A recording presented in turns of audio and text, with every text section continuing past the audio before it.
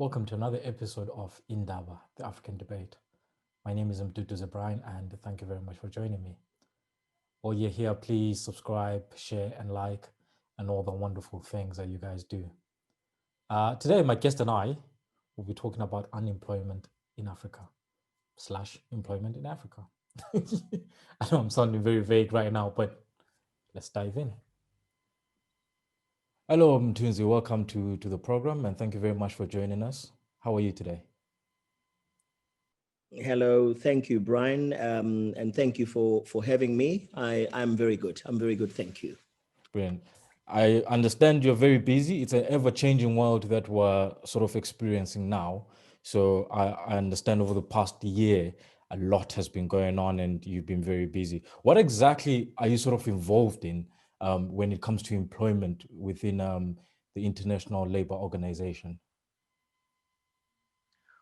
Well, busy certainly I've always been. I don't think it would be correct for me to say that my busyness is due to the times we live in or the pandemic. Um, I think it just shifts according to the situation. Certainly before the COVID, I did on average about 30 countries in terms of flying up and down.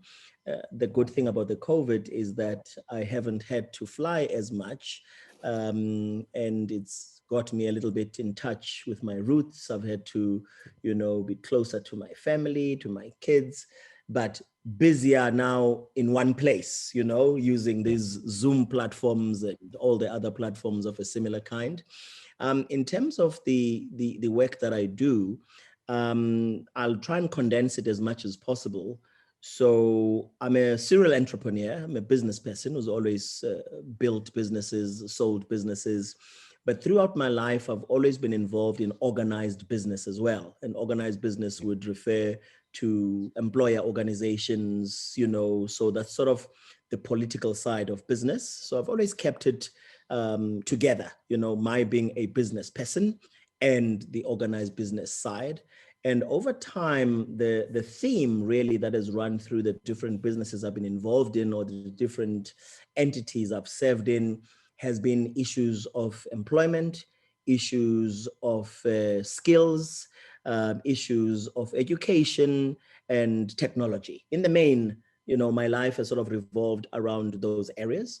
And in terms of the ILO specifically, through organized business in South Africa, of course, the organized business umbrella body is called BUSA, Business Unity South Africa. I used to be one of the vice presidents for BUSA some 11 years ago, 10, 11 years ago. And through that structure, I became a member of the IOE, the International Organization of Employers, because BUSA is a member of the IOE. The IOE in 10, I think for context for your listeners, is a umbrella business organization. It's the largest private sector business organization or employer organization in the world. We have 159 members, including BUSA, in 150 countries. My specific role is I am the vice president of the IOE to the ILO. So my responsibility, wearing my IOE hat as the vice president, is to lead all the employers of the world in the International Labour Organization itself, which is made up of 187 member countries. That's the most concise, condensed way I can give a context. Thank you very much for that introduction. Very comprehensive indeed. You speak about organized employment, yet one of the biggest things in sub-Saharan Africa when it comes to employment is informal employment. Sub-Saharan Africa and North Africa have a very high rate of informal employment. Is there a way that this informal employment can be sort of shifted to the formal sector? Because as we all know, informal employment in a way is not very secure. It provides a lot of job insecurity. Is it possible at all to shift it across to the formal sector? And if it's possible, how easy or difficult is it? Well, that's a complex question you've asked, and it's pregnant with many babies. So I've got to have to be very careful as I navigate it, because Yes. nothing is what it seems in this world. So let's start first with the fact that I said I'm involved in organized business. So Yeah. organized business, you are correct, by implication would exclude informality, right? Yeah. So, because informality, by virtue of the very name, means you cannot account for those people. You don't really know where they are. They're not registered businesses and so on. As a matter of fact, again, you are correct. Africa, not exclusively, because Latin America is the Yes. same. Large parts of Asia are the same, but Latin America and Africa are probably the most similar. India, India is the same, sometimes maybe even worse. So, Africa, you're talking about 65, maybe 75% informality. Latin America, you're talking 65, maybe 80% informality. India, you're talking up to 90% informality, and parts of Asia vary as well, and in different degrees. So Africa is not unique. I want first, let's get this right. So in the whole world and the global village that I'm involved in and the employers that I represent, we are all very cognizant and alive to the fact that informality is something that needs to be dealt with. Now, the ILO has a way of addressing informality. And certainly, we even had a conference on informality in the ILC, the International Labour Conference, about 5 years ago. And the theme of the decision that was taken was that we need to transition people from informality to formality. Yeah. Right. Easier said than done. Now, in reality, I am on record with my colleagues, with everybody in the ILO, my business colleagues, to say, I'm not quite certain that we're approaching informality correctly. And I want to start by challenging the statement you made of saying it is insecure, informality. Certainly, when you don't know informality and you sit outside informality, it does look insecure. The only element of it that will always be insecure till we deal with it is the issue of social protection and the issue of social security. I think that we can agree. But if the entirety of informality is insecure, is something I'm not certain I will agree to, because one of my objections to saying we are going to transition people from informality to formality is that there's a presumption that the people in informality want to be transitioned, that they want to be moved to formality. And it's a presumption that could be dangerous, because they've never been consulted. It's almost patronizing in the way that we use these terms, because other people are there by choice. They like the informality of it. They like the flexibility of it. They like the fact that there's no bureaucracy. They like the fact that they don't have to stand in queues and wait for things to be given to them in these very structured ways we operate, which in Africa, by the way, tends to discourage people who even want to go in formality. Just the period it takes to register a company, just the period it takes for you to go and get a driver's license, the period it takes for you to go and get anything, takes so much. And if you're a one man, one woman show, you don't have people working in different departments and people who are responsible for certain aspects of business. You can't afford to be going and standing in queues and waiting for these things that formality brings with it. So that's one element. The second element for me is also that we need to be clear what it is about informality that we want to change. And I can tell you straight, I mentioned social protection as an exception, for example. So all of us, in terms of the principle of solidarity, want to make sure that when people reach the end of their working days, or for example, there's a pandemic, There needs to be a way of identifying the people in informality. There needs to be a way of making interventions for business continuity. There needs to be a way to give them support, resourcing, and make sure that they get social protection and social security. That's the one reason you would want to do this. The second one is the very highly held view that if somebody uses space to run their business, that person or those people need to be able to also contribute to the fiscus. They need to contribute to the infrastructure, planning, management, maintenance, and all, which again is fair, right? So, but my argument, and some people are joining in this argument, is that we can deal with those ills, those societal ills, perhaps a different way. We can deal with them innovatively and creatively without assuming that the only way of curing or remedying those challenges is by moving people from informality to formality. I think for me, it's a red herring to assume that to give security to those people and to give us the satisfaction that they participate by contributing to the infrastructure maintenance and other things we need to do that are improvement, that you can only achieve it by transitioning from informality to formality. So I would like to argue that whilst you may look at transitioning people from informality to formality as a way, there certainly should not be an exclusive way of doing it. We should find an innovative and creative way and other tools of augmenting this. And lastly, Brian, on this informality, something that I also want you to think about as we proceed with the conversation. I don't know if you're aware that the e-hailing businesses are also somewhat informal in nature. The e-hailing businesses would be businesses like Lyft, Get in the UK, Uber, and so on. Those businesses are sort of informal because you cannot find those driver partners registered anywhere. So during the pandemic, about 15 million of these people never had an intervention from any government in the world because they're not registered, they're not recognized.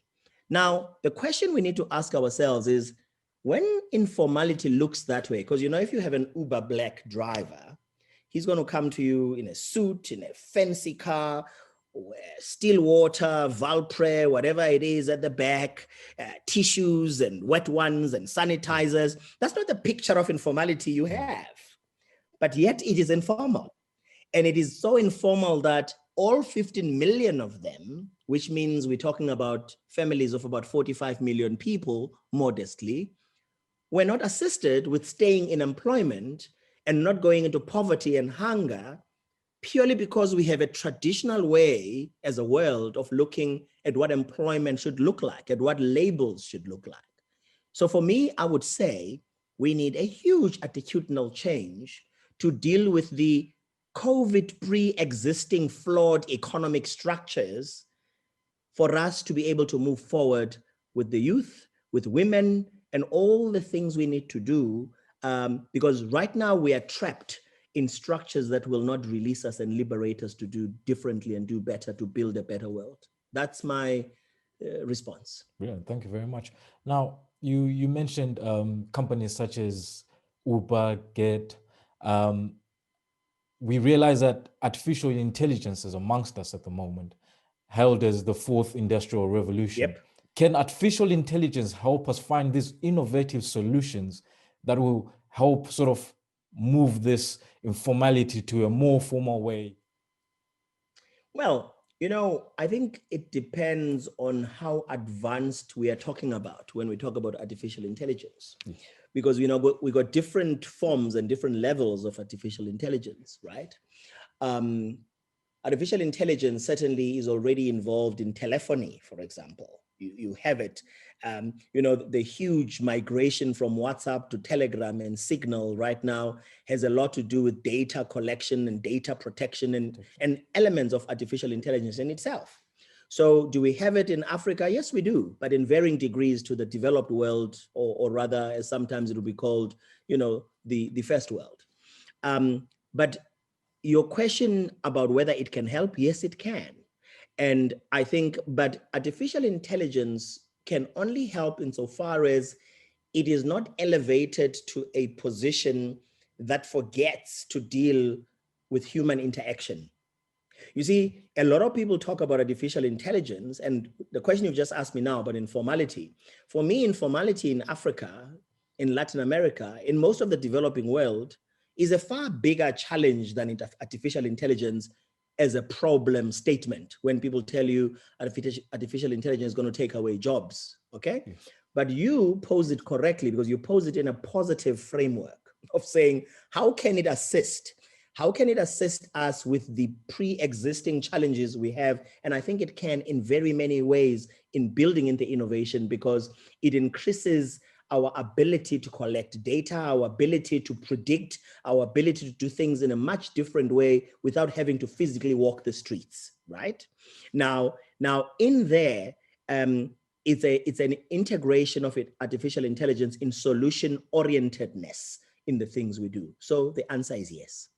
But when you talk about the fourth industrial revolution, so I'm not too keen on talking too much about the fourth industrial revolution, because again, it was coined by somebody in the West. Somebody coined this, you know, and said industrial revolution. And then I had them talk about managing the transition. And I said, but what are you talking about? I mean, explain, how does this work? This, you know, and I couldn't get explanations that made me happy. Why do I say this? So if you go to my rural village setting where I come from, because, you know, back at home, I keep sheep and I keep cows and things are still very basic. And I'm home every year. For the last 34 years, I go home for Christmas and other holidays. You're always struck by the fact that labeling is probably the biggest problem that the world has. And it makes rural economies, peri-urban economies, township economies very complex. Yes. Okay? Because everything is labeled and wrapped according to Western formulations that have no bearing and no appreciation of our lives, okay, in the developing world. So when I go home and I look at my parents and I look at my mother and the people in the community, they probably, if I were to follow the label, they probably would be sitting at somewhere between the first and the second industrial revolution, if that, okay? Do they care that there's a first, second, third, fourth? No, they don't. They don't give a damn. All they care about is, are our kids employable? Do our kids have access to employment opportunities? Do our kids have access to self-employment, entrepreneurship, to run their own things? Are we able to have dignity in our communities? That's really their concern, okay? So whether it's the fourth or the fifth or the sixth or the 20th is neither here nor there. It just gives other people mileage to keep coming up with books and writing new stuff and having different kind of ways of doing it in a vogue way, right? But in the real world, we should go back to the basics of why you've asked me to have a chat with you. How do we get employment created? How do we get employment retained? How do we get entrepreneurship to thrive? How do we get enterprises to be built through entrepreneurship so that enterprises can thrive? How do we ensure that our economies in the world thrive? How do we make sure that our rural villages, our townships thrive? These are the questions we should be answering, not these complicated things that hide under labels. The question is, how do I take my mother and people of her ilk in the rural village and move them from a threatened part of the world economy, sectors that will not give them any more work, sectors that will not give them any money? How do we move them from that or find a way to invigorate those sectors? If we cannot, how do we move them to other sectors and manage them by skilling them, by reskilling them, by upskilling them? That's how you manage the transition. Into whatever platform, whether it's the 5th or the 20th industrial revolution, is not really pertinent. We just need to manage and work with them in a dignified manner. So I hope I'm answering you. So I don't like these traditional labels for me, because they don't take us to the next level. Yeah. No, I truly understand. It's more a case of modern solutions for Africa, tailor-made to the Yep, African yep, continent, tailor-made to the African landscape. As we're yep, seeing a growth of middle yep, class people in Africa, but equally there's still a huge gulf yep. between the people in the rural areas and the ones that have migrated into this middle class sort of economy, if one can put it that way. But one gap that still Yep. remains is youth unemployment. We have one of the youngest populations in the world, and one of our biggest problems is unemployment. How can this be fixed? How can this be looked into? You look at a case such, I mean, cases like Zimbabwe are very unique, for example, in that the economy isn't doing so well. But South Africa still has that challenge as well of youth unemployment. How can this be looked into? How can this be solved? Well, Brian, again, you keep asking these apparently simple questions, but actually very packed and very complex, you know, because Yes. there's no single answer to these things, right? Yeah. But if you were to take everything I've already said and incorporate it into what I'm going to say now to build, Yeah. because everything that I said before you asked that question is as relevant to this question, okay? Yes. But you see, our demographic, opportunistic dividend or demographic opportunity because we have a young nation is never going to do anything until we change a few things. You know, we live in a world of attitudinal problems, unfortunately, today. Most of the problems are more attitudinal than real, by the way, today. That's true. Okay. Yeah. So if you look at gender-based violence, it's attitudinal. Black Lives Matter is attitudinal. Issues of how you perceive what is a good employment versus not is attitudinal. Issues of whether you should be going to university or going to an FET or a college and be a plumber and be an electrician is attitudinal, because if you go to a university, it gives you status. You know, if you go to become a plumber, even though you make more money than if I go to university, you don't want to talk about being a plumber in Africa because, my God, you know, how are you going to tell your friends that, you know, it's cool to be a plumber? I mean, these are the problems we have. They're all attitudinal, right? Yeah. And so the biggest problem we also have in Africa is we are very materialistically inclined. You know, one thing about Africans, all of us, we were so well colonized. We object to colonization, and we're so well colonized that we don't realize that we are so trapped in it that we can't function outside it. We actually, our whole view is to do things the way they're done everywhere else, but not in Africa. So if we were to focus at a customization of African solutions that are geared for our conditions, without an imposition from somewhere else of how we should do it, without somebody else from another place that has never been to Africa, that has never understood our conditions, coming to tell us how to do things. If we could have leadership that is responsible, that is corrupt free, right? And corrupt free doesn't mean you don't do business with your friends. I think let's not confuse this. Doesn't mean that. Everywhere in the world, people do business with the people they know. That's how the world works. That's how the world rocks, right? But when you do business with your friends, do it based on substance and content. Do it based on the fact that Mthunzi can deliver. You're not just giving this business to Mthunzi just because Mthunzi is your guy. He grew up next door and you were at school together. No, do it because Mthunzi is a plumber or because Mthunzi is a builder. Then give him the project. That's okay. Of course, through processes that give fairness to other people. Try and be as fair as possible to everybody. Everybody does this all over. In fact, some people do it much more than us, okay? But corruption is when you have non-transparent ways of doing things. Corruption is when there are fraudulent experiences or incidences, when you give business to friends who know nothing about what they are meant to do, when money goes in a particular area and disappears and you never see the bridge that was supposed to be built. That is corruption, okay? Or if the bridge, you see it, it's cracking in year one, in year two, it's gone, okay? That is corruption. So if we could have corrupt-free practices and our leaders could be less, materialistic about them amassing wealth for themselves, getting my jet, getting my beautiful whatever it is, and Gucci this and Gucci that. And it's okay to have Gucci. So it's okay to have all these nice things, but let it not be your obsession. You can't have a fetish that is that.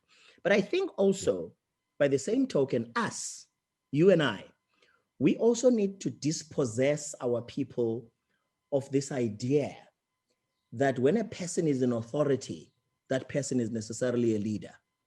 Being in authority doesn't mean you're a leader. Okay? Some people are born in authority, but they're not born leaders. That's true. Some people are given authority by virtue of traditional practices we've had, but that doesn't make them leaders. Precisely. Let's make it very clear that yes, you may be of a particular blood that belongs to an authority of some sort that we must always, according to our African traditions, continue to respect, because we must respect our roots. But don't be confused and think you're a leader, okay? Because leaders do things differently. Leaders have followers who will follow them without asking questions when they see that people lead. Now, we've heard a dearth of leadership in Africa, unfortunately. We've had a lot of people that surround themselves with yes men and yes women and yes everything else, okay? Who don't tell us when we are messing up. Who don't say, Mthunzi, this is a mess. You may be my leader, or you may be my boss, because again, being a boss doesn't mean you're a leader. Let's not confuse these things, okay? But we need to surround ourselves with the people who know. And lastly, until such time, Brian, that we can have some humility to accept the things we don't know. Yes. And make a difference with the things we know, we shall never be okay. Because there's this assumption, and leaders know what they don't know. They always know what they don't know. They're very clear about this. And the youth, whether the youth is male or female, doesn't matter to me, needs to be given an opportunity not only to speak from a distance and shout from a distance and throw rocks from a distance and be frustrated during protests, no, but to come within us and infuse the ideas that we have with freshness and tell us what the youth think we should be doing, because the youth know far more sometimes than what we do, but we are gatekeepers. We don't want the young people to come in and confuse our, autocratic way of doing things, our authoritarian way of doing things. So these are the views that I have within the short space of time that you and I have. Professor Mthunzi, thank you very much for joining me today. I understand that we could be here all day talking about these things. It's such a packed topic when it comes to Africa in general, more so when you talk about employment, more so when you talk about governance, and more so when you just generally talk African politics. You could talk about it for 2 days quite easily. So I'll let you run off. Thank you very much for joining us today. Brian, thank you for having me, and I'll look forward to seeing whatever it is that you've got. You'll let me know, give me the link so that I can follow it as well. Certainly. But thank you very much for your time. Thank you very much. This is Indaba. The African debate does continue. Modern solutions for Africa.